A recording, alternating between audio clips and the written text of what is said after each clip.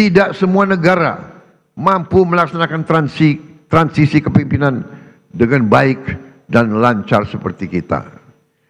Di mana-mana ketika saya berada di luar negeri, banyak pemimpin negara sahabat bertanya kepada saya, "How did you do it? How did Indonesia manage?" Saya sampaikan ke mereka, kita berhasil karena kita menganut demokrasi yang khas Indonesia.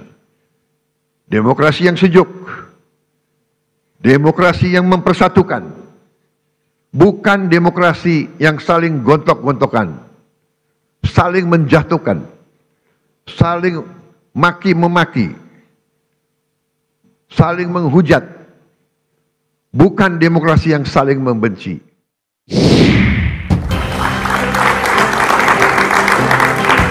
Oke, Prof. Rias, demokrasi khas Indonesia, tidak gontok-gontokan dan tidak saling membenci.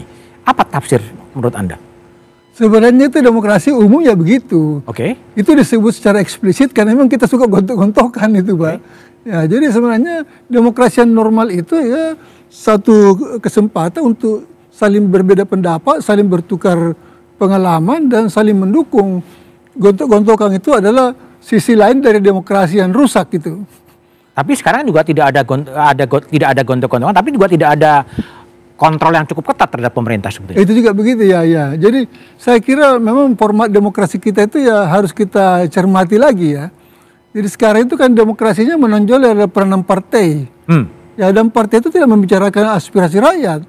Ya, orang-orang di DPR itu lebih banyak melaksanakan perintah pimpinan partai daripada memperjuangkan kepentingan rakyat. Oke, baik.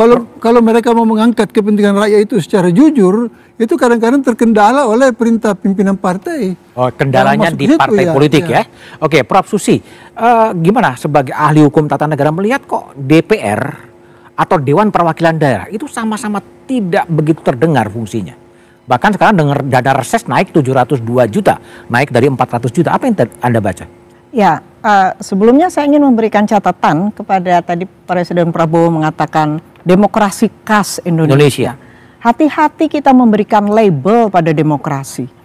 Jangan sampai kemudian dikatakan bahwa demokrasi khas Indonesia itu kemudian justru bertentangan dengan prinsip-prinsip universal demokrasi. Jadi jangan berdalih bahwa Indonesia punya kekhasan demokrasi. Tapi justru kekhasan itu dipakai sebagai tameng supaya tidak inline dengan prinsip-prinsip universal. Itu catatan saya terhadap tadi Presiden Prabowo mengatakan kekhasan demokrasi Indonesia. Catatan yang kedua yaitu mengapa DPR Indonesia tidak mampu menurut saya untuk menjalankan fungsinya sebagai lembaga demokrasi. Satu, karena tata cara pengisiannya bermasalah. Dan mengapa tata cara pengisian ini bermasalah? Tentunya juga berujung pada partai politik kita juga yang bermasalah. Di dalam salah satu survei yang pernah diselenggarakan atau pernah dilakukan di UK sesaat Inggris keluar dari Brexit, rakyat ditanya demokrasi seperti apa sih yang diinginkan? Rakyat mengatakan kami puas dengan demokrasi, tapi kami tidak percaya kepada politisi. Kuncinya di situ ya? Kami tidak percaya kepada politisi. Bagaimana demokrasi akan dapat berjalan dengan baik dan dilaksanakan oleh lembaga-lembaga demokrasi kalau partai politik yang menjalankan fungsi rekrutmen politik tidak dapat menjalankan fungsinya dengan baik? Akibatnya politisi-politisi yang mengklaim dirinya sebagai perwakilan rakyat yang duduk di DPR itu juga tidak dapat melaksanakan fungsinya sebagai representasi rakyat. Saya ingin mengatakan bahwa mereka tidak lagi dapat mengklaim bahwa mereka adalah representasi rakyat.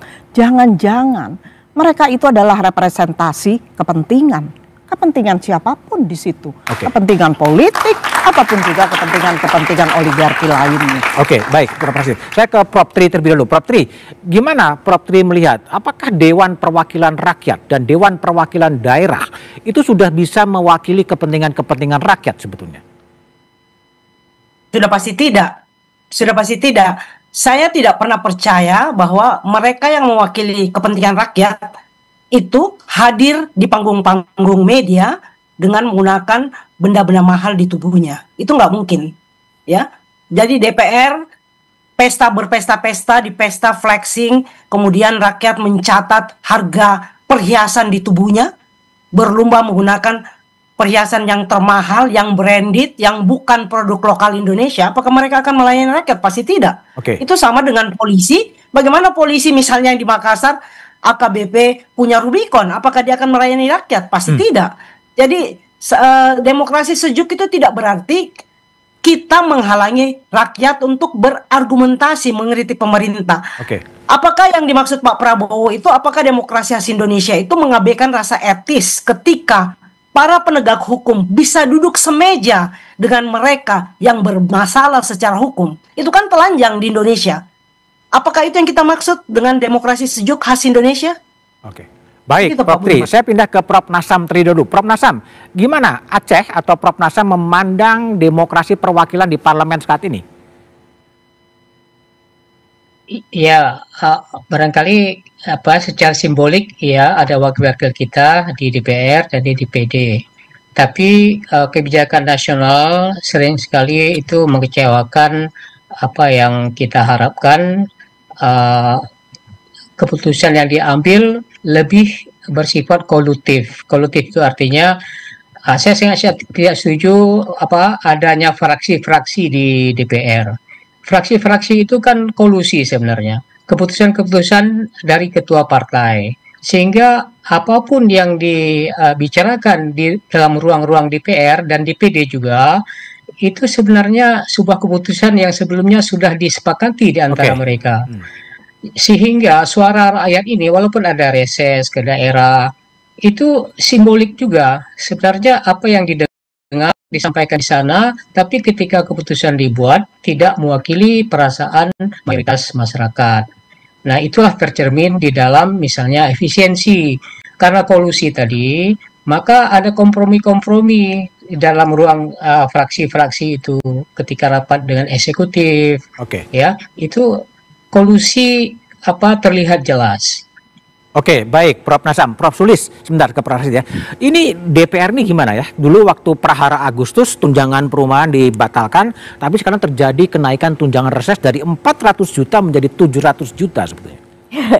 Iya, itu yang dikritik oleh gerakan Gen Z ya, 17+8 ya. Saya mau bicara bagaimana sebenarnya soal demokrasi ini banyak ditulis oleh ilmuwan Indonesianis, dikatakan terjadi backsliding demokrasi, declining demokrasi. Dan boleh nggak saya fokus kepada dampak dari gerakan Agustus kemarin, terjadi penangkapan besar-besaran menurut saya terhadap para pengunjuk rasa, anak-anak muda, mahasiswa, aktivis, kelompok-kelompok buruh, dan juga diantaranya ada warga biasa, ada anak-anak di bawah umur, 40% jumlahnya, dan itu kira-kira ada 1.000 lebih di seluruh Indonesia. Dan ini kan jadi paradoks, bahwa menyampaikan pendapat, freedom of expression, freedom from fear, itu adalah konstitusional, tetapi ditangkapi dengan memberi konstruksi identitas, label-label kepada mereka sebagai perusuh, sebagai teroris, bahkan sebagai makar.